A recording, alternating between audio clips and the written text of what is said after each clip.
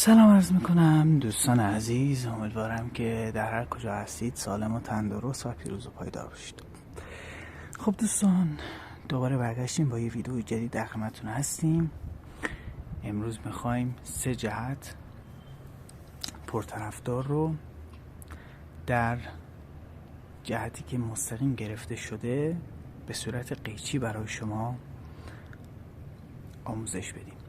البته 3 جهت یعنی 1 جهت به صورت مستقیم، 2 جهت به صورت قیچی. خب این جهت که الان ما گرفتیم جهت بدر هست، بعد 26 درجه. خب این جهت بدر 26 درجه است. ما میخوایم جهت یاست و جهت یوتلست 7 درجه رو قیچی بزنیم روی این جهت. خب ببینید، اولا که این کار یک کار خیلی غیر اصولیه. حالا من فقط به خاطر اینکه این ویدیو رو الان گرفتم، برای اینکه در ویدیوهای قبل بهتون گفتم که میخوام آموزششو در ویدیوهای آینده میذارم. بعد رو به صورت مستقیم دریافت میکنیم و شبکه و ماهواره یوتلست و یاست رو به صورت قیچی. این یک چیز کاملا غیر اصولیه، ولی خب یوتلست چون ماهواره پرقدرت تری هست و نسبت به ماهواره بعد فاصله چندانی نداره، میتونید دریافتش کنید با قیچی به مرکزیت بدر. ولی یاست نه، چون فاصله ای که از بدر تا یاست بسیار زیاده. درسته ماهواره یاست ماهواره خیلی قوی هست، ولی با کوچکترین حرکت دیش و بادهای شدید خیلی راحت میتونه خرابش کنه و جهت رو تکونش بده.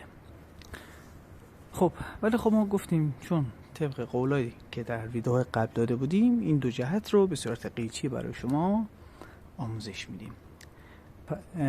برای تنظیم جهت بدر که در 26 درجه شرقی هستش، فرکانس نمونه برای تنظیم این جهت فرکانس 11900 ورتیکال 27500 هستش. بریم با هم تنظیم شدنش رو به صورت مستقیم هم ببینیم و ببینیم که قدرت و کیفیت فرکانساش تا چه حدی هستش. خب ببینید دوستان، فرکانس 11900 66 درصد قدرت، 75 درصد کیفیت دریافتش کردیم. فرکانس 12303 با 59 درصد و 73 درصد دریافتش کردیم. فرکانس 11881 یا 6 اورجینال 27500 با 77 درصد. بریم جهت یوتلست که شبکه سابق منوتو در این فرکانس در این ماهواره پخش میشد با هم نصبش کنیم به مرکزیت بدر. خب ببینید دوستان، جهت یوتلست رو به صورت قیچی دریافت کردیم. فاصله از جهت بدر تا یوتلست حدودش 28 سانته. بریم با هم فرکانساش رو ببینیم که روی قیچی به چه نحوی هستش. خب فرکانس 11881 هست که با 73 درصد سیگنال خیلی عالی دریافتش کردیم. 11262 با 65 درصد، 11304 هم با 71 درصد، 11324 با 68 درصد دریافتش کردیم. حالا بریم جهت یاست رو هم به صورت قیچی دریافت کنیم.